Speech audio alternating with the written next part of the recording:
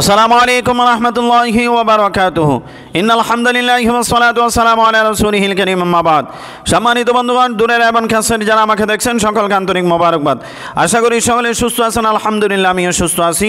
সর্বপ্রথম সবার কাছে রিকোয়েস্ট থাকবে, এইরকম নতুন নতুন ভিডিও পাইতে রুহানিয়ত ও তাদবির শিক্ষা কোর্স চ্যানেলটি সাবস্ক্রাইব করে পাশে থাকা বেল আইকনটি ক্লিক করে দিবেন, পরবর্তী ভিডিওর জন্য সর্বপ্রথম আপনার কাছে চলে যায়। আর ভিডিওটি লাইক, কমেন্ট, শেয়ার করে অন্যকে দেখার সুযোগ করে দিবেন। বন্ধুরা, আজকে যে আমলটা বলতে যাচ্ছি সেই আমলটা অত্যন্ত গুরুত্বপূর্ণ আমল, প্রত্যেকের জন্য দরকার, প্রত্যেকের জন্য প্রয়োজন। এই আমলটা হলো মেধা শক্তি, স্মৃতিশক্তি বৃদ্ধির আমল, মেধা শক্তি বৃদ্ধির আমল। আমাদের ছেলে মেয়ে এখন আমরা যারা বয়স্ক হয়ে গেছি, বয়স্ক যারা, তাদের স্মৃতিশক্তি অনেক লোপ পায়। আবার ছেলেরা মোবাইল আসক্ত হওয়ার কারণে স্মৃতিশক্তি লোপ পেয়ে যায়। এই ধরনের পরিস্থিতি যদি হয়, কারো স্মৃতিশক্তি যদি এই বৃদ্ধি না হয়, স্মৃতিশক্তি যদি কম থাকে, স্মৃতিশক্তি যদি লোপ পায়, তাহলে শুধুমাত্র একটি আমল আপনি করবেন।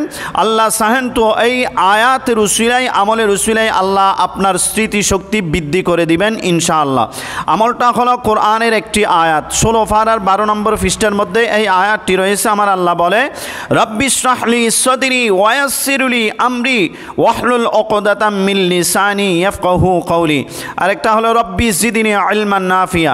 এই দুইটা আমল আপনি নিয়মিত করে যান, ইনশাআল্লাহ আশা করা যায় আপনার স্মৃতিশক্তি অনেক বৃদ্ধি পাবে, অনেকাংশ বৃদ্ধি পাবে ইনশাআল্লাহ। আসসালামু আলাইকুম ওয়া রাহমাতুল্লাহি ওয়া বারাকাতুহু।